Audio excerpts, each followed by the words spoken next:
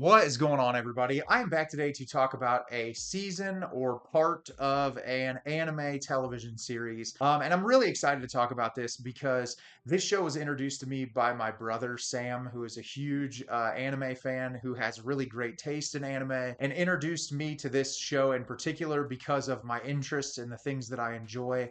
And I'm not like super familiar with a lot of anime. I've talked about some anime properties on this channel previously. I really enjoy Spy Family.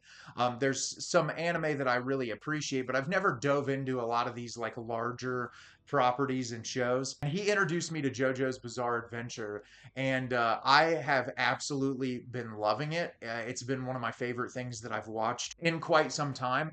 And so I thought that it would be fun to kind of take you guys on the journey with me and talk about these as I finish the parts. So it's broken down into parts.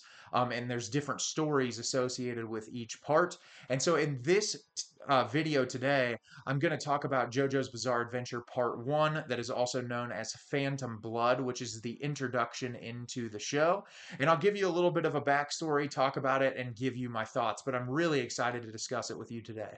So Phantom Blood, the first iteration, introduces us to the Joestar family, which is who we're going to follow throughout the entire series of the anime, which is through different periods in history, through alternate timelines. But in this particular case, the character that we are introduced to is Jonathan Joestar, who lives at home with his family. His father, the patriarch of the household, is George Joestar, and they had this incident when Jonathan was a young child that George owed a debt to a man named Dio Brando. And so, because of the debt that he owes, he takes in his young son, Dio Brando. And Dio and Jonathan, they're rivals. They live at the house together. Jonathan's family is clearly incredibly wealthy, they have a lot of money. And Jonathan is a very good human. He has empathy and compassion for other people. And he's a good person, even though his family is wealthy and he could be the complete opposite.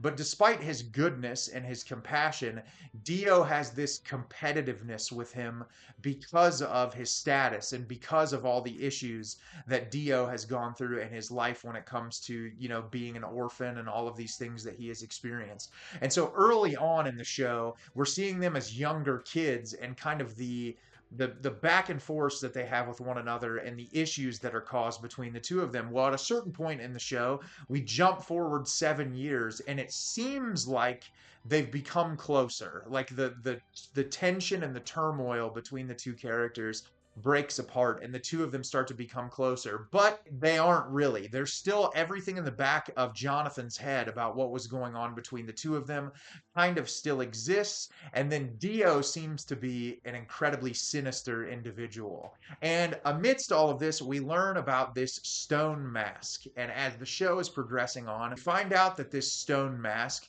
has the capability to turn people into vampires. And so Dio gets a hold of this mask and wants to harness its power and use it for evil. And Jonathan gets this ability that we will learn later on is called Hamon, which is like this way that you can control energy flow. And he gets together with this group of people, in particular a man by the name of Baron Zeppeli, who teaches him how to manifest this power and ability. And the entirety of this series is Jonathan and Dio's kind of like back and forth, and they're fighting. Jonathan trying to stop this stone mask from turning all these people into vampires, and essentially seeking out this quest to defeat Dio. So, like I said, I absolutely love this show, and this series is a perfect introduction into it. My only qualm with Phantom Blood is it's too damn short. I wish that it was way longer because these characters are so incredible, and I love the writing, and there's so much about the creation of this show and the way that the creator pays attention to detail with certain elements that for a film lover like me and for a music lover like me, there's just so many great references. There's so much attention to detail, and I'm excited to tell you about it. But for starters, one of the things I love about the show is the voice actors. please watch this show in Japanese. Do not watch it in English. The Japanese voice actors in this are absolutely incredible. The emotion and the range that they show. And in this particular iteration, they're so incredibly talented. And it's one of the things that I love so much about it. Jonathan, it's interesting because as the show progresses, the Joestar characters are very different. But Jonathan is very sort of reserved. He's like, it's like I said, he's very kind and empathetic and compassionate. And he's not a loudmouth by any means like some of the other Joestars are. But I love his character in contrast to Dio, who is very loud and in your face and menacing. Then you have characters like Speedwagon, who's like one of my favorite characters in a show ever, or Baron Zeppeli, who is the mentor for Jonathan Joestar in this season, who's just he's got a lot of really great one-liners in this. Everyone's sense of fashion in this show is absolutely incredible. The outfits, the character designs, the color palettes in this are so incredibly vibrant and beautiful, and it's just impossible to look away because of how immersive and incredible the attention to detail and the animation is. And I love, like, I was looking at photos of the manga in comparison to when it has been animated and brought to life on your TV screen, and it's just amazing the transition that they were able to make. And there's so many different animation styles, even in the first season alone. Like, it's just really amazing to experience and watch firsthand. And I love the story of this. If you're a fan of horror, you're really gonna like it. There's a lot of like disgusting, grotesque body horror in this, very David Cronenberg-esque. There's some moments in this that honestly, even though they were animated, it kind of made my skin crawl. There's really fantastic sound design too. So it's like when people's bodies are morphing and changing and shifting, as you're hearing these sound effects, and it's just so disgusting and gross. And I think the creators of the show do a really amazing job creating a very immersive atmosphere. And the characters of Jonathan and Dio, I just think like having these two people who are put in a situation together and watch like the tensions between them grow over time because of the issues in their family and the things that they've experienced. It's just amazing to witness because you can kind of put yourself in the shoes of these characters and try to understand where they're coming from. And like when things sort of blow out of proportion, you see Dio as this person who just has so much hate and disdain in him because of the life that he has been given. And it's really fascinating to watch. And like I love when it dives more into the horror aspect with the vampires, not necessarily traditional vampires that you would think of. And there's crazy things in this, like they introduced Jack the Ripper, which is like wild to me the way that he is conveyed in this. One of the things I love about this show is the creator clearly has a passion for classic rock, and so a lot of the characters, obviously Dio, Speedwagon, there's a Zeppeli.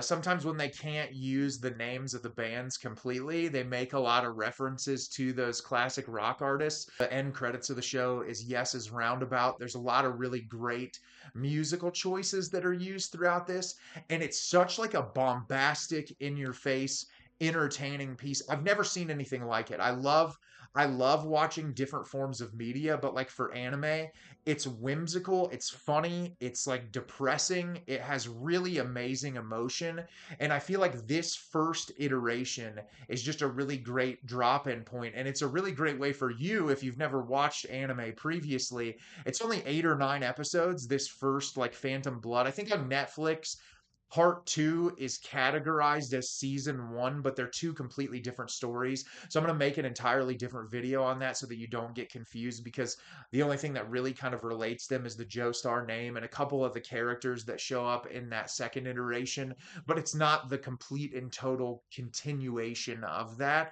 But I think this is just a wild ride. And I think that if you get an opportunity, you should 100% watch it. It's one of my favorite things that I've ever seen. I can't wait to watch more and talk about it with you in detail. So have you seen JoJo's Bizarre Adventure Part 1 Phantom Blood? Do you love it? Do you hate it? Leave me a comment down below. Let me know what you thought.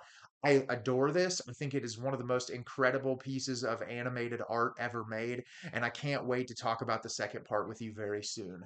As always, if you can like the video and subscribe to the channel, helps me out a lot and lets me know the type of content you're looking for. I'm always putting out new material and look forward to getting more out for you in the near future. And as always, everyone, thank you so much for watching and have a great rest of your day.